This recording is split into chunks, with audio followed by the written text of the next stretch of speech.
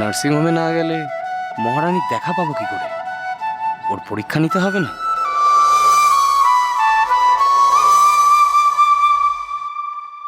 ছোট মা চাইছেন জয়ের অনারে সামনের শুক্রবার একটা পার্টি অর্গানাইজ করতে।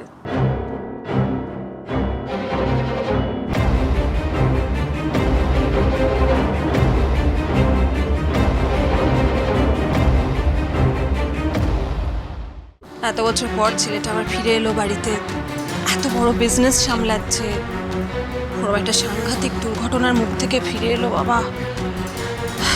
ওর ওই অবস্থায় রানীর ওকে ছেড়ে চলে যাওয়া, তারপরেও যে আমরা ছেলেটাকে নিয়ে সুস্থভাবে সবাই এক পরিবারে বাঁচতে পারছি, এটাই তো একটা বিশাল পাওনা, তাই না?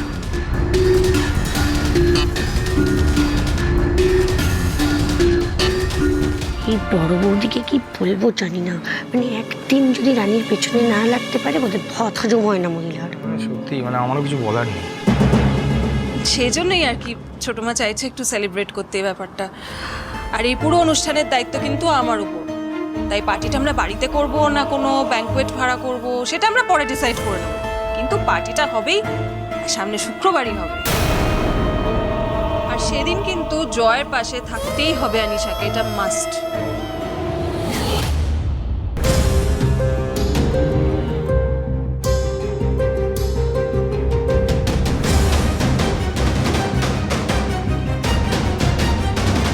মানে চেরোমোরা ভালো বন্ধু, সেই অ্যাঙ্গেল থেকে আর কিছু না।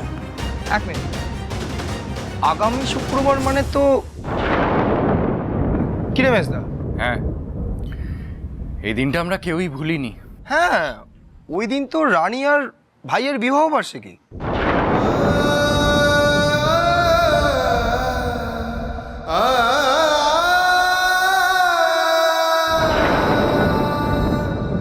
আচ্ছা বড় বৌদি, বাই এনি চান্স তুমি আর কাকিমণি কি ভুলে গেছো, নাকি জোর করে ভুলে যাওয়ার অভিনয় করছো? তাই এইসব প্ল্যানিং গুলো করছো? হ্যাঁ কি গো?